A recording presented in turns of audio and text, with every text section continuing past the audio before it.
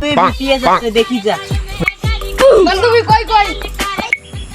ও মা বিটিএস আছে প্রথম দেখলাম। দর্শক আপনারা দেখতেই পাচ্ছেন এখানে আচ্ছা। BTS এসেছে, মানে ঠিক ঠান্ডা আছে। ছাড়া ঠান্ডা।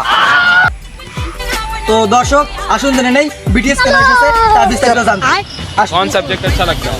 বাইগান। ভাইয়া বাংলাদেশে কেন আসা হয়েছে বলেন তো একটু। ভাইয়া আমরা এই দেশে কেন এসেছি জানেন? আমাদের ওই দেশে কেউ দিতেছে না তো, মানে টাকা। ভাইয়া এই ভাইয়া কাকে বলে ডাকতেছেন? আপু বলবেন। আপু এটা শুনতে আমার অনেক ভালো লাগে।